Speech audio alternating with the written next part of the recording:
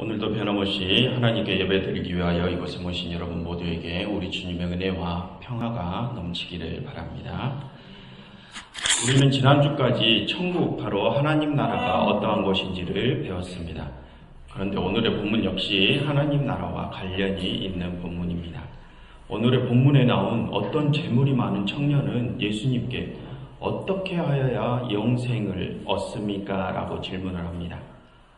이 젊은 청년의 질문에 예수님께서는 어떤 자가 하나님 나라를 유업으로 받을 수 있는지를 가르치십니다.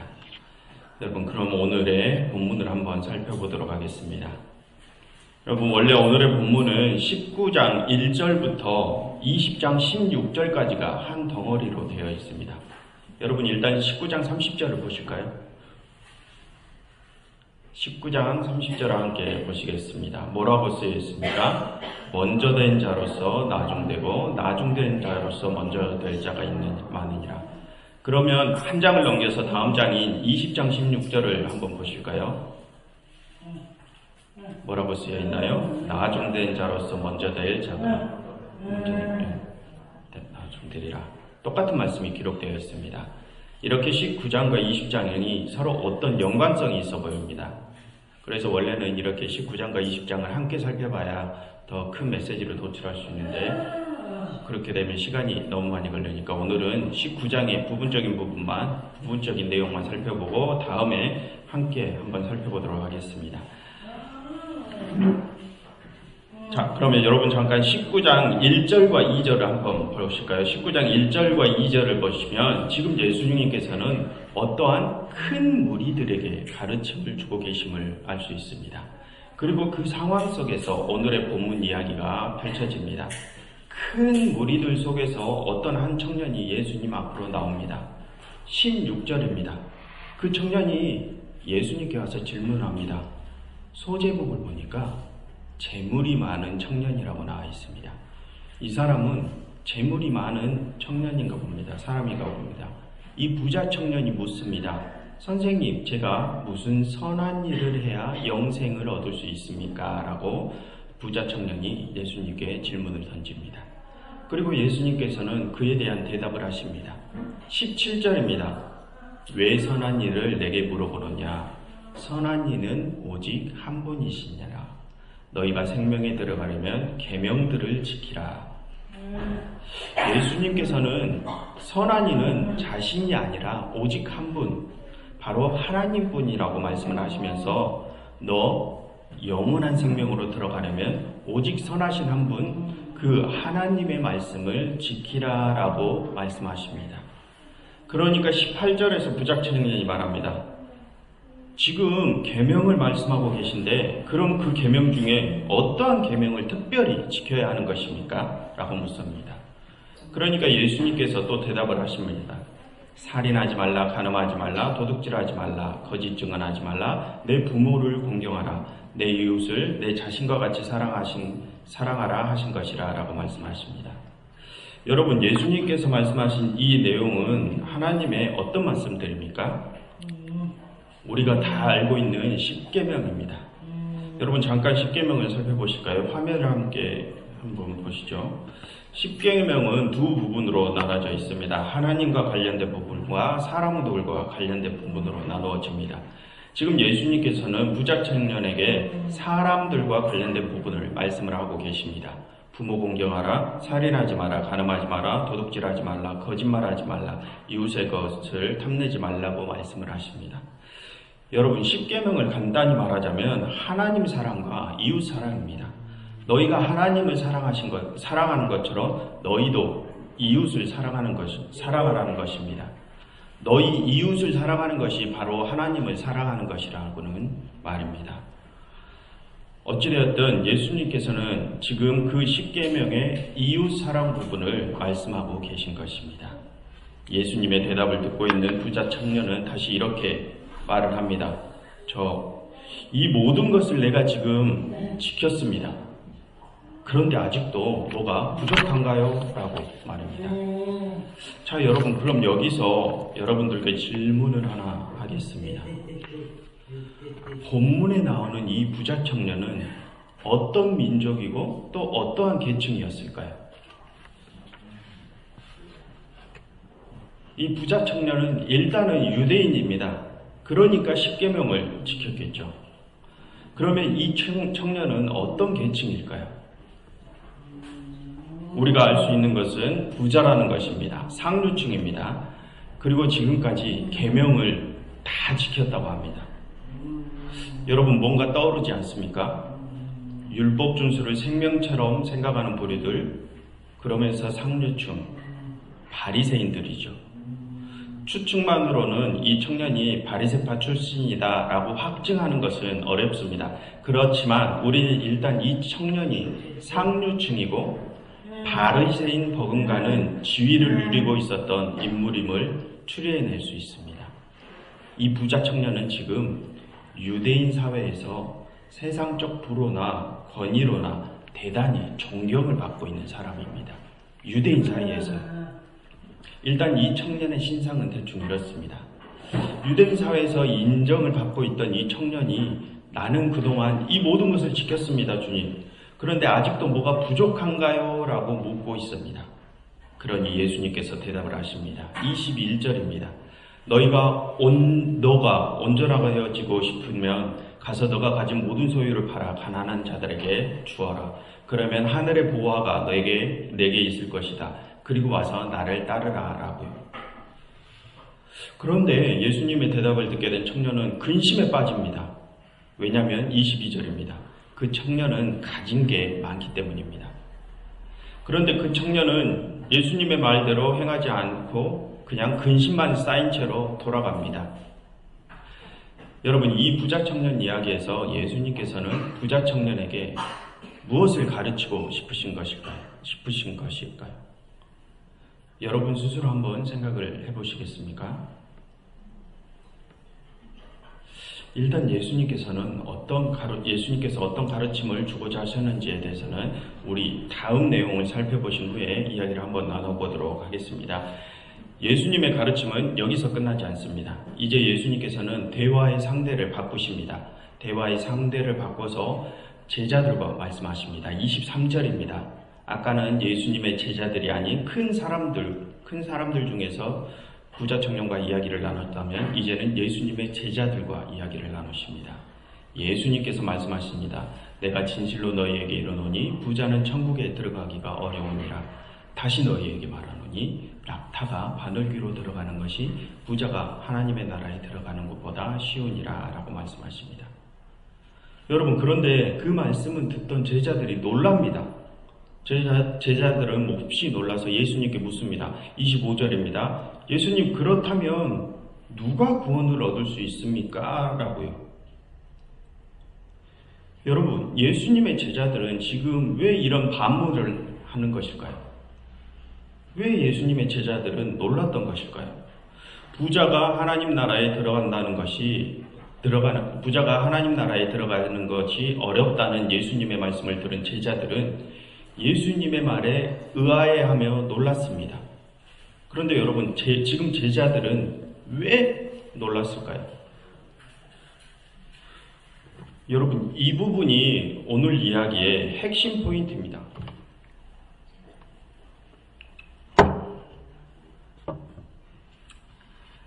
도대체 제자들은 예수님께서 하신 말씀에 어떤 부분이 이상해서 놀랐을까요?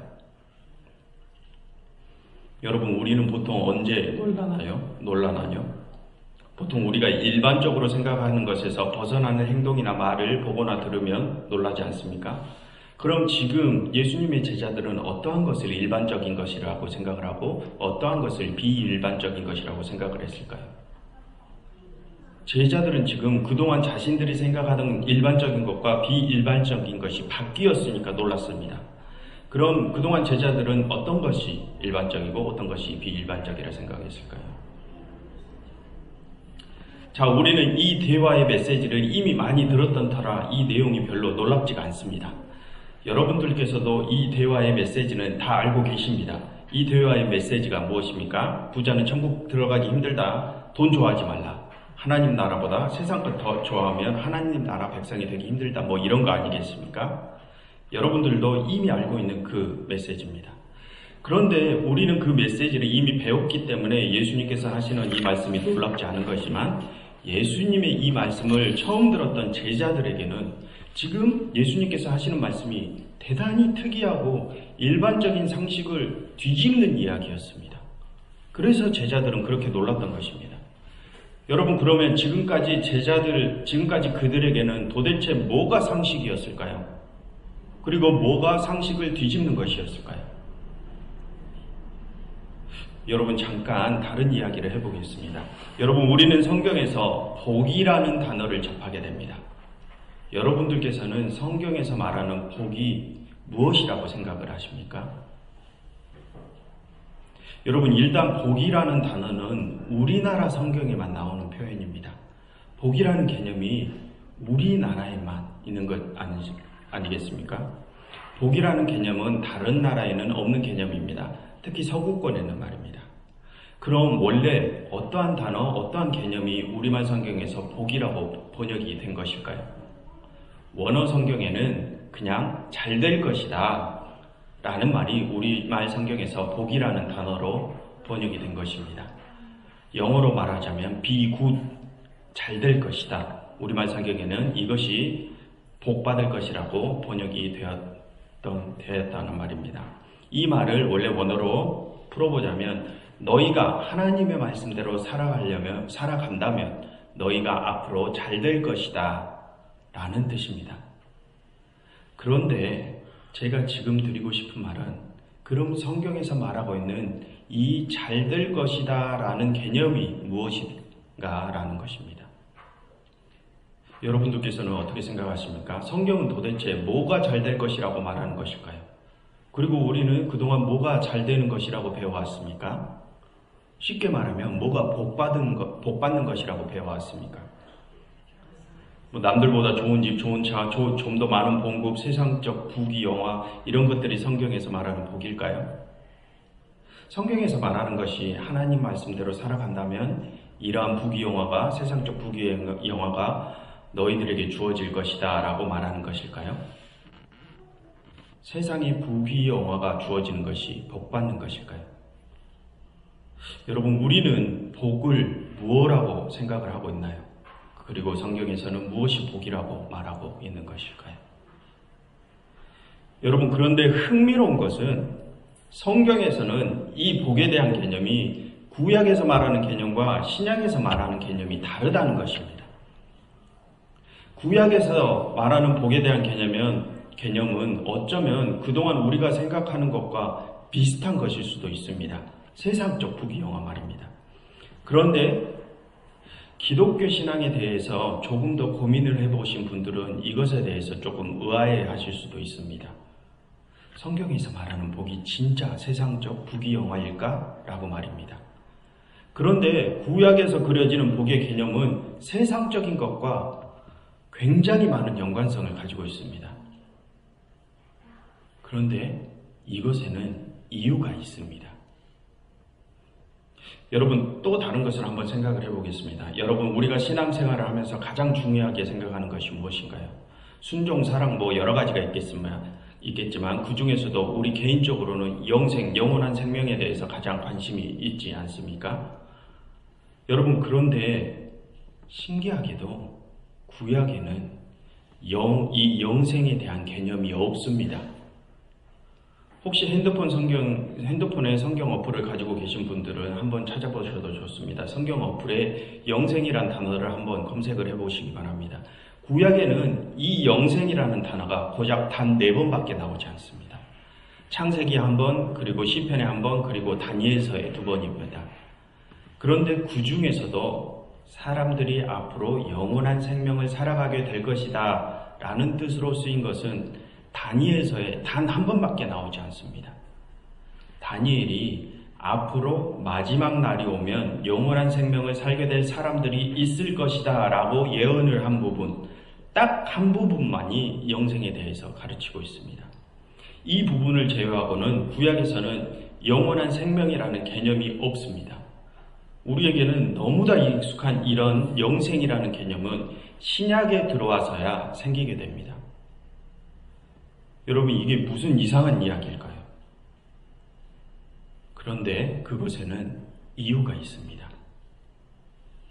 여러분, 구약시대에는 하나님께서 사람들이 영생하는 것을 막으셨습니다.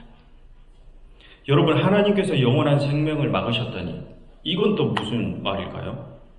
그럼 우리는 지금 왜 영생을 살게 된다고 말을 하는 것일까요? 여러분, 우리 잠깐 창세기 3장 22절부터 24절을 찾아보실까요? 창세기 3장 22절입니다.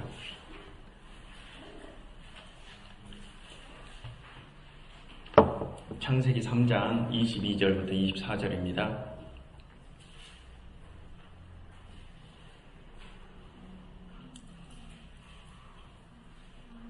성경이 맨 앞쪽에 나와 있습니다. 창세기 3장 22절부터 23절입니다.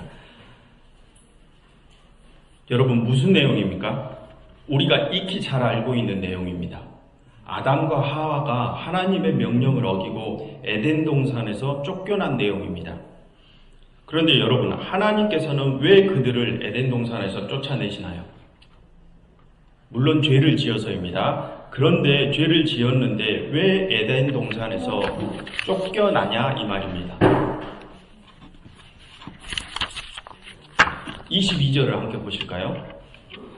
하나님이 이르시되 보라, 이 사람이 선악을 아는 일에 우리 중에 하나같이 되었으니 이제 그의 손을 들어 생명나무 열매도 따먹고 영생할까 하노라. 그가 영생할까 해서, 그가 영원히 살까 해서 하나님께서는 그들을 에덴 동산에서 쫓아내신 것입니다.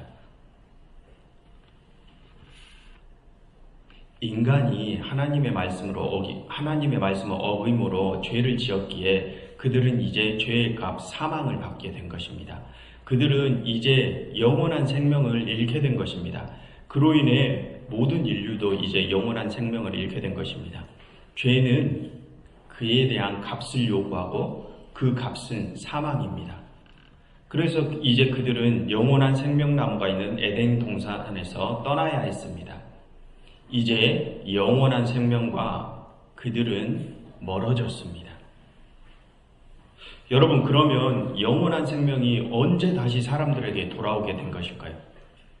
여러분들도 잘 아시다시피 우리 주 그리스도께서 십자가를 지심으로 세상 모든 인류의 죄의 값을 자신의 목숨으로 갚으심으로 그리스도께서 그렇게 자신의 목숨으로 죄와 사망의 권세를 물리치심으로 영원한 생명이 다시 우리에게로 돌아오게 된 것입니다. 여러분, 이렇게 구약의 시대에는 영원한 생명이 없는 과도기적 기간이었습니다. 여러분, 우리가 이 영생에 대한 이야기를 하기 전에 무슨 이야기를 하고 있었나요? 복에 대한 이야기를 하고 있었습니다. 그럼 영생과 이 복을 한번 연결을 시켜보겠습니다. 구약시대에는 영원한 생명에 대한 개념이 없었습니다. 그렇기 때문에 구약시대를 살아가는 사람들에게 구약시대의 복이란 고작해야 이 세상에 대한 부귀영화와 장수뿐이었습니다. 그래서 하나님께서는 너가 말을 잘 들으면 오래 잘 될 것이다. 너의 생명이 길 것이다. 장수와 부귀영화, 그것뿐이었습니다. 구약에서는. 그런데 그 모든 것이 예수님의 십자가 사건으로 깨지게 됩니다. 예수님의 십자가 사건으로 다시 새로운 시대가 시작된 것입니다. 다시 새로운 시대가 시작되었다기보다는 원래 하나님께서 창조하셨던 태초의 시대가 다시 재시작된 것입니다. 이제 다시 영원한 생명에 대한 개념이 회복되고 이제 다시 태초의 하나님의 나라가 인류에게 다시 다가오게 된 것입니다. 여러분, 이러한 이유 때문에 구약시대의 복에 대한 개념과 신약시대의 복에 대한 개념이 달랐던 것입니다. 여러분, 신약성경 전체를 다 살펴보십시오.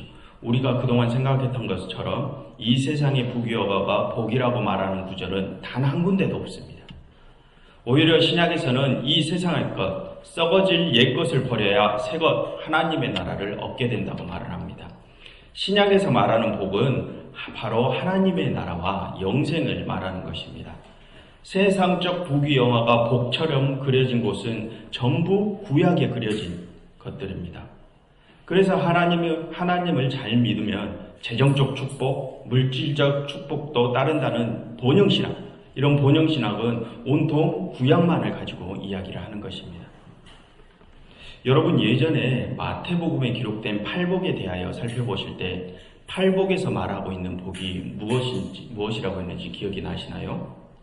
심령이 가난한 자는 복이 있나니 천국이 너희 것임이라. 의를 위하여 박해를 받는 자는 복이 있나니 천국이 그들의 것임이라. 팔복, 그 속에 들어있는 모든 복이 바로 하나님 나라를 가리키는 것을 살펴본 기억이 나십니까? 신약에서 말하는 복은 바로 하나님 나라와 그곳에서의 영원한 생명을 가리키는 것입니다. 영원한 생명이 없는 구약시대에는 고작해야 이 세상의 복이, 이 세상의 장수가 복이었던 것입니다. 여러분, 구약에서 몇백 살을 살던 사람들에 대한 기록이 나오지 않습니까? 무두셀라가 900 몇 살을 살았다, 누가 900 몇 살을 살았다. 여러분, 이게 무슨 뜻일까요? 그들은 아무리 잘해도 생명에 한계가 있다는 것입니다. 그들은 아무리 잘해도 유한한 생명을 살았다는 것입니다. 그런데 그들의 수명도 점점 줄어들지 않습니까? 여러분, 왜 그랬던 것일까요? 여러분, 그들의 수명이 왜 줄어든 것일까요? 성경에서 그렇게 인류의 수명이 점점 줄어든 것을 기록한 이유는 인류가 점점 하나님의 말씀을 떠났다는 것을 표현한 것입니다. 그래서 인류가 하나님의 말씀을 떠날수록 인류의 생명은 점점 줄어들게 된 것입니다. 그런데 예수님의 십자가 사건 이후 생명이 늘어나는 것을 뛰어넘어서 이제 영원한 생명이 다시 찾아오게 된 것입니다. 말이 길어졌지만 어쨌든 그렇게 구약에서는 고작해야 이 세상에서의 장수와 세상적 부귀가 그들이 받을 수 있는 복의 전부였습니다. 그런데 십자가 사건 이후에 구약에서의 부귀와 장수는 신약에서 하나님의 나라와 영원한 생명으로 바뀌게 됩니다. 여러분, 이것이 구약과 신약 전체에서 말하고 있는 복에 대한 개념입니다. 하나님의 말씀을 잘 따른다면, 즉 좀 전에 살펴봤던 십계명의 말씀처럼 그리스도께서 이웃을 사랑하신 것처럼 너희도 그 그리스도처럼 이웃을 그렇게 사랑한다면 하나님의 나라와 영원한 생명을 다시 회복할 수 있을 것이다. 이것이 성경 전체에서 말하고 있는 복에 대한 개념입니다. 여러분, 그러면 다시 오늘의 본문으로 돌아오겠습니다. 여러분, 오늘의 본문에서 예수님께서 부자 청년에게 부자는 천국에 들어가기 어렵다, 낙타가 바늘귀에 들어가는 것이 부자가 천국에 들어가는 것보다 쉽다라고 말씀을 하실 때 예수님의 제자들은 구약시대의 복을 가지고 있었을까요? 아니면 신약시대의 복의 개념을 가지고 있었을까요? 아직 그들은 구약시대의 복의 개념을 가지고 있었습니다. 예수님의 십자가 사건이 있은 후에 제자들은 그 모든 것을 깨닫게 됩니다. 자, 그럼 이 당시 제자들을 비롯한 이 당시 제자들을 비롯한 유대인의 복에 대한 개념으로 당시의 상황을 한번 우리가 살펴보겠습니다. 예를 들어 한 바리새인이 있습니다. 이 사람은 하나님의 말씀을 잘 지켰을까요? 못 지켰을까요? 이 바리새인은 하나님의 말씀을 잘 지켰을까요? 못 지켰을까요? 엄청 잘 지켰습니다. 율법을 자신의 생명처럼 생각했던 자들입니다. 비록 그들이 율법의 본질을 오해하기는 했지만 외형적으로는 율법을 완전히 잘 지키는 것처럼 보였습니다. 여러분, 그럼 그들은 하나님의 말씀을 잘 지켰으니까 지금 그들은 어떤 복을 누리고 있을까요? 세상적 부귀와 영화를 누리고 있었을 겁니다. 그들이 생각하는 복에 대한 개념이 그런 것이니까요. 여러분, 당시 유대인들은 돈이 많고 세상적으로 명망을 얻은 사람을 보면 그들이 하나님의 말씀을 잘 들어서 저렇게 잘 되었다고 생각을 했습니다. 그것이 그들의 개념이었습니다. 그들은 하나님의 말씀을 잘 들으면, 즉 율법을 잘 지키면 세상적 부귀 영화와 장수를 누린다고 생각을 했습니다. 그래서 그와 거꾸로 세상적 부귀 영화와 장수를 누리는 사람들을 보면 그들이 하나님의 말씀을 잘 들었기 때문에 저렇게 세상적으로도 잘 풀렸다고 생각을 했습니다. 그래서 그들에게 부자가 되는 것, 세상적으로 이름을 알리는 것은 잘못된 것이 아니었습니다. 잘못된 것이 아니었을 뿐만 아니라 그들은 수단과 방법이야 어쨌든 부자가 되거나 높은 사회적 위치를 차지하면 되는 것이었습니다. 그럼 그들은 사회적으로 하나님께서 인정하는 사람으로 보이는 것이었습니다. 그럼 그들은 사람들의 부러움과 존경을 사게 되는 것이고요. 이것이 당시의 복에 대한 이해였습니다. 여러분, 솔로몬 왕을 지혜의 왕이라고 부르죠. 왜 지혜의 왕이라고 불렀을까요? 구약 시대의 사람들은 부와 명예가 많을수록 지혜가 많다고 생각을 했습니다. 하나님께서 주신 지혜 말입니다. 그렇다면 이스라엘 역사상 가장 많은 부와 명예를 누렸던 솔로몬 왕은 어떤 사람일까요? 가장 지혜가 많은 사람입니다. 가장 부와 명예가 많았으니까요. 이게 그들이 가진 개념이었습니다. 그들에게 부자는 곧 하나님께 인정을 받는 사람이었습니다. 진짜 그렇다는 게 아니라 그들의 개념이 그랬다는 것입니다. 지금 그런 개념을 가지고 있는 유대인 제자들에게 예수님께서 말씀하시는 것입니다. 부자가 천국에 가기 어렵다고 말입니다. 여러분, 당시 예수님의 이 말씀을 듣고 있는 예수님의 제자들이 얼마나 놀랐을지 그려지시나요? 여러분, 당시 그들에게는 세상적 부귀영화를 쫓는 것은 당연한 것이었습니다. 그것이 일반적인 것이었습니다. 그런데 예수님께서는 지금 그들의 가치관을 무너뜨리시고 계십니다. 세상적 부귀영화를 쫓을 것이 아니라 하나님을 쫓아야 된다. 세상의 부귀영화를 쫓으면 하나님의 나라에 들어가기 힘들다라고 말입니다. 그리고 예수님께서는 그렇게 놀라며 예수님, 그렇다면 누가 구원을 얻을 수 있습니까? 라고 묻고 있는 제자들에게 말씀을 합니다. 그것은 사람이 할 수 있는 것이 아니다. 하나님께서 하실 수 있다라고 말입니다. 여러분, 제자들은 누가 구원을 얻을 수 있습니까? 라고 물었습니다. 이 말을 바꾸어 말하면 우리 인간이 어떻게 하면 구원을 얻어낼 수 있습니까? 라는 말입니다. 우리 인간이 구원의 주체가 되어서 그 구원을 따낼 수 있냐는 말입니다. 하지만 예수님께서는 그게 아니라고 말합니다. 너희는 못한다. 구원은 하나님께서 하신다는 말입니다. 그래서 예수님의 말씀을 듣고 있는 제자 중에 베드로가 이내 말을 이어갑니다. 그럼 예수님, 주님, 저희가 이 모든 것을 버리고 주님을 따랐습니다. 그럼 우리는 뭐를 받게 됩니까? 라고 베드로가 묻습니다. 여러분, 베드로와 제자들은 자신이 가진 모든 것을 버리고 예수님을 따랐습니다. 당시 사람들이 좋아했던 재물과 자신의 이름, 자신의 지역, 자신의 가족, 그 모든 것을 버리고 예수님을 따랐습니다. 그래서 베드로는 예수님께 물었습니다. 예수님, 지금 예수님 앞에 있는 저희는 저희의 모든 것을 버리고 예수님을 따랐습니다. 그런데 우리는 어떤 것을 얻게 됩니까? 라고 묻습니다. 베드로의 질문을 들은 예수님께서는 답을 하십니다. 28절부터 30절입니다.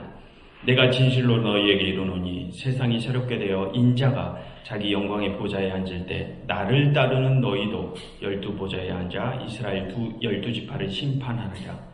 또 내 이름을 위하여 집이나 형제나 자매나 부모나 자식이나 모든 땅을 버린 자마다 여러 배를 받고 또 영생을 상속하리라. 그러나 먼저 된 자로 나중되고 나중된 자로 먼저 될 자가 많으니라. 예수님께서는 자신들의 모든 과거를 버리고 예수님 자신을 따르는 제자들에게 말씀하셨습니다. 너희가 이전에 중요하다 생각했던 그 과거를 모두 버리고 나를 따르는 자들은 하늘의 가장 높은 보좌 하나님의 우편에 앉게 될 것이다. 너희에게 지금은 세상에 부귀영화도 없고 이름도 없고 아무것도 없어서 세상 사람들에게 바보처럼 보여서 세상 사람들에게 무시를 당하고 손가락질을 당하고 있지만 그렇게 모든 것을 버리고 나를 따르는 너희가 하나님 나라를 상속받을 것이고 그렇게 나를 따르는 너희가 하나님 나라의 가장 높은 자리에 앉게 될 것이다 라고 말입니다. 당시 유대인들은 세상의 부귀와 영화를 쫓는 것, 세상에서 높아지는 것이 하나님의 인정을 받는 것이라고 생각을 했습니다. 그러나 예수님께서는 말씀하십니다. 그것이 아니다. 세상의 부귀와 영화를 쫓을 것이 아니라 나를 따라야 된다. 예전에 너희가 생각했던 것을 버리고 새롭게 된 세상, 하늘의 영광의 보좌에 앉을 나를 따라야 한다.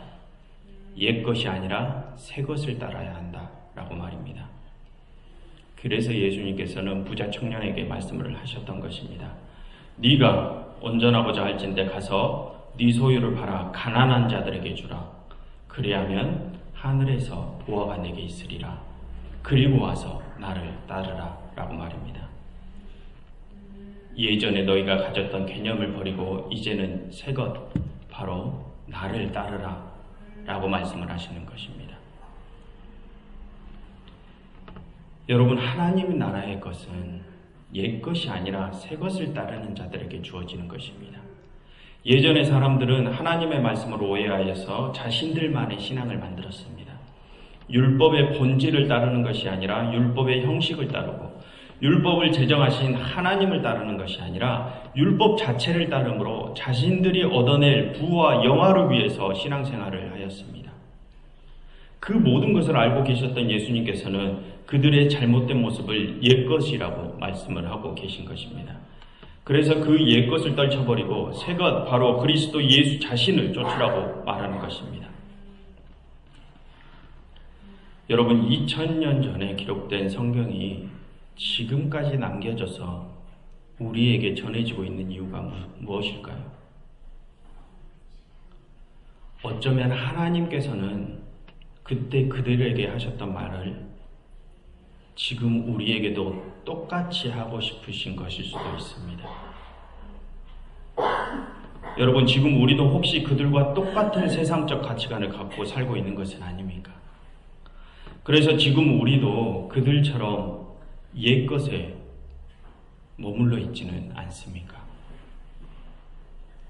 여러분, 우리가 계속해서 예전의 것에 머물려고 한다면 우리는 그저 지금 이 세상에서만 머무르다가 사라져버릴 수도 있습니다. 여러분, 우리 주 예수 그리스도께서 가신 길이 무엇입니까? 그들은 세상의 것을 남들보다 많이 모으려고 하였지만 우리 주님께서는 약한 자들에게 자신이 가진 모든 것을 나누어 주셨습니다. 그들은 세상에서 가장 높아지려고 하였지만 우리 주님께서는 세상에서 가장 낮아지셨습니다. 그 길을 가신 분이 하나님 나라의 가장 높은 보좌에 앉게 되신 것입니다. 우리 주 그리스도께서 가신 길은 바로 그러한 길입니다.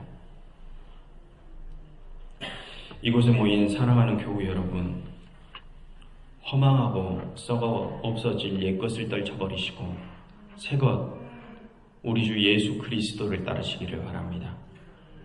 세상의 가치관을 가지고 살지 마시고 하나님 나라의 가치관을 가지고 세상을 살아가시기를 바랍니다. 그리하여 새롭게 이루어진 하나님의 영광의 보좌 우편에 앉으실 수 있는 여러분 모두가 되시기를 간절히 바랍니다. 기도하겠습니다. 하나님, 저희가 더 이상 옛것을 쫓지 않게 하옵소서. 세상의 복, 세상의 부귀 영화를 얻어내기 위한 거짓된 신앙생활을 하는 것이 아니라 새것, 우리 주 예수 그리스도를 따름으로 하나님 나라의 온전한 백성이 되게 하옵소서. 예수님의 이름으로 기도드렸습니다.